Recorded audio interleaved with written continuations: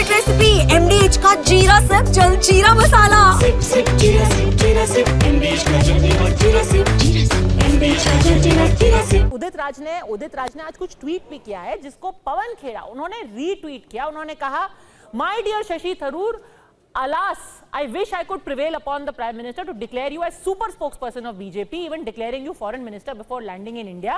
How could you denigrate the golden history of Congress? यानी कि जो स्वर्णिम इतिहास है कांग्रेस पार्टी का, उसको आप कैसे एक खराब लाइट में दिखा सकते थे, ये कह के कि प्रधानमंत्री मोदी के आने के पहले भारत ने कभी लाइन ऑफ कंट्रोल क्रॉस नहीं किया था। उन्होंने याद दिलाया कि 1971 में हमने तो पाकिस्तान के 2 टुकड़े कर दिए थे। अब देखिए हर्षवर्धन जी, बात कर रहे हैं शशि थरूर 26/11 की। सच्चाई तो ये भी है कि 2009 में 26/11 के 1 साल बाद वो विदेश राज्य मंत्री बने थे। शशि थरूर ने खुद क्या किया? क्या उन्होंने कोशिश की कि पाकिस्तान के खिलाफ कोई कड़ा एक्शन लिया जा सके? 2009 में उल्टा डॉक्टर मनमोहन सिंह और यूसुफ रजा गिलानी के बीच में वार्ता भी हुई थी 26/11 होने के बाद। उस वक्त विदेश राज्य मंत्री थे शशि थरूर, उन्होंने तो कोई इस्तीफा नहीं दिया। तो क्या अब वो भी एक तरीके से चांस पे डांस कर रहे हैं? नहीं, देखिए पंकजा जी, सबसे पहले तो मैं ये कहूंगा कि थोड़ा बचे नेता लोग, जहां जा रहे हैं ना, जनता उनको देख रही है और बड़ा बुरा पीटेगी, क्योंकि ये अच्छा काम नहीं कर रहे हैं लोग। जिनेवा जब अटल बिहारी वाजपेयी गए थे विपक्ष की तरफ से, तो किसी ने उन्हें नहीं कहा कि वो कांग्रेस के सुपर प्रवक्ता हो गए हैं। क्या बोल के आए थे वो, आज तक वो भाषण वो दर्ज है। और जब लौट के आए तो सारी रिपोर्ट्स में सलमान खुर्शीद, अटल बिहारी वाजपेयी, उस वक्त नरसिम्हा राव किस तरह से उनको देखते थे, अब्दुल्ला जी का क्या बयान था, वो सब हम लोग चर्चा करते थे और देश उसको उस तरह से देखता था। आज क्या होना चाहिए था? 7 समूह गए हैं, उनमें से एक की अगुवाई वो शशि थरूर जी कर रहे हैं। लेकिन हुआ क्या, कांग्रेस को लगता है कि कुछ तो तकलीफ है शशि थरूर से, कुछ तो उनकी मुश्किल है। और उदित राज जी की कुंठा दूसरी हो सकती है। उदित राज जी भाजपा से कूद कर आए थे इधर, अपने जीवन में वो कभी संसद का मुंह न देख पाते अगर भाजपा ना आते तो। भाजपा में आए, सांसद बन गए, कांग्रेस में गए, हार गए। अब उनको या तो कोई कुंठा है या वो ये सब बोल के चाह रहे हैं कि राज्यसभा उनको भेज दिया जाए। वरना कोई भी व्यक्ति, ये कोई छिपी हुई बात थोड़ी ना, सुपर स्पोक्समैन वो भारत के हैं। जितने लोग गए 7 समूह के, चाहे वो सांसद हो चाहे वो राजनयिक हो, और जिस तरह से वो अपनी बात रख रहे हैं वही करने वो वहां गए। ये तो खुशी का वक्त होना चाहिए था। और मैं समझ नहीं पा रहा हूं, पता नहीं देश का नैरेटिव कैसे चल रहा है। उस वक्त जो कुछ होता था तो ये कहा जाता था कि देखिए कांग्रेस ने कितना बड़ा दिल दिखाया, कितना कमाल का काम किया, क्या मास्टर स्ट्रोक है डिप्लोमेसी का, राजनयिक का तो कमाल हो गया। आज देखिए कोई बात ही नहीं कर रहा है। और दोनों चीजें, एक तो ये कि नरेंद्र मोदी के पहले किसी भारत की सरकार ने युद्ध की अवस्था से अलग, युद्ध होता है तब तो सब घुसते ही, युद्ध की अवस्था से अलग कभी पद्मजा जी ये क्लेम करने का साहस नहीं किया कि हमने अंदर घुसकर मारा है। ये चेंज ऑफ पॉलिसी है। नरेंद्र मोदी के इस पॉलिसी स्टेटमेंट को आप नहीं, और आज जब ये हो गया है तब शशि थरूर भी कह रहे हैं, तब दूसरे लोग भी कह रहे हैं, तब पुराने कुछ लोगों को लाके कहा जा रहा है कि अच्छा हमने तो उस वक्त मार दिया था, वो याद नहीं आ रहा है, लेकिन उसको आप लोग ध्यान कीजिए। अरे भाई, इतना साहस था तो उस वक्त बोलते, क्यों नहीं बोले? क्योंकि उस वक्त लगता था कि इंटरनेशनल प्रेशर पड़ेगा, डिप्लोमेसी में हम उतने स्ट्रांग नहीं थे, हम उतने मजबूत नहीं थे कि हम ये कहते कि हमने पाकिस्तान को घुस के मारा और दुनिया हमारे ऊपर कुछ न करती। अभी सवाल पूछा जा रहा है कि शशि थरूर को क्यों काउंटर कर रही है कांग्रेस? वो इसलिए कर रही है क्योंकि वो भी सोच रहे हैं कि क्या ये सच में भारत की ही बात करने गए हैं या भारतीय जनता पार्टी में अपना भविष्य चमकाने गए हैं। नहीं, देखिए पद्मजा जी, ये तो कोई बहुत इसमें आश्चर्य की बात नहीं। कल को सापरा जी, देखिए रोहन जी आखिर इनको कांग्रेस से लगा तो आ गए, कल को सापरा जी को भी किसी दिन लगे या किसी और को लगे वो चले आए।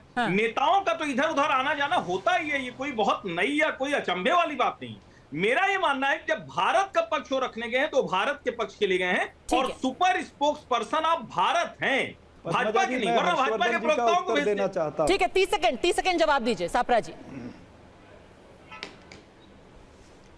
देखिए, हर्षवर्धन जी ने डिप्लोमेसी की बात की कि पहले क्यों नहीं किया, अभी क्यों नहीं किया, और डिप्लोमेसी की बात की। मैं ये कहना चाहता हूं कि उस समय जब हम 65 में या जब हम 71 में हमने पाकिस्तान के 2 टुकड़े किए और बांग्लादेश बनाया, तब उस समय हमारे पास में भाषण वीर या जुमला वीर नेता नहीं थे। आज भाषण वीर जुमला वीर नेता है जो हर बात पर क्रेडिट लेना चाहते हैं। और डिप्लोमेसी की बात जहां पर आप कर रहे हैं, तो इस युद्ध के अंदर हमने देखा कि डिप्लोमेसी में तो हमारा देश पीछे रह गया है, नरेंद्र मोदी जी पीछे रह गए हैं। तो सापरा जी, ये तो प्रॉब्लम है ना, अगर आप अपने देश का मैसेज, अपने देश का संदेश नहीं दे पाए पूरी दुनिया को, एक मिनट मेरी बात पूरी होने दीजिए ना पद्मजा जी, मेरी बात पूरी होने दीजिए, मेरी बात पूरी होने दीजिए ना पद्मजा जी, बीच में टोकिए मत। देखिए ऐसा है कि आईएमएफ का लोन मिला, सारे देशों ने उनको मदद की, भारत ने वहां पर नेगेटिव वोट भी नहीं डाला, जबकि भारत पहले जिम्बाब्वे के खिलाफ नेगेटिव वोट डाल चुका है और यूक्रेन के खिलाफ रशिया भी नेगेटिव वोट डाल चुका है। फिर उसके बाद में अगर हम देखें तो टर्की, चाइना, ये सब पाकिस्तान के साथ में खड़े हुए हैं और अजरबैजान भी खड़ा हुआ है। फिर हम देखते हैं कि हमारे जितने नजदीक के मुल्क हैं, हमारे नेबर्स हैं जो, वो भी हमारे साथ नहीं है, वो कहीं ना कहीं चुप बैठे, चाहे वो बांग्लादेश है, नेपाल है, श्रीलंका है या जो भी है। तो कहीं ना कहीं डिप्लोमेसी जिसकी बात हर्षवर्धन जी अभी कर रहे थे, उस डिप्लोमेसी में नरेंद्र मोदी जी पूरी तरह से फेल हुए यहाँ पर। इसीलिए तो हम सवाल पूछ रहे हैं कि भाई आज भारत का स्टैंड क्या है। ट्रंप जो है वो हमारे से पहले ट्वीट डाल देता है कि भाई मैंने सीज फायर कर दिया है, 12 दिन के अंदर 8 बार वो कहता है कि मेरी वजह से सीज फायर हुआ। उसका जवाब दे रहे हैं, आनंद शर्मा उसका जवाब दे रहे हैं। व्यापार समस्या यही करके मैंने सीज फायर कराया है।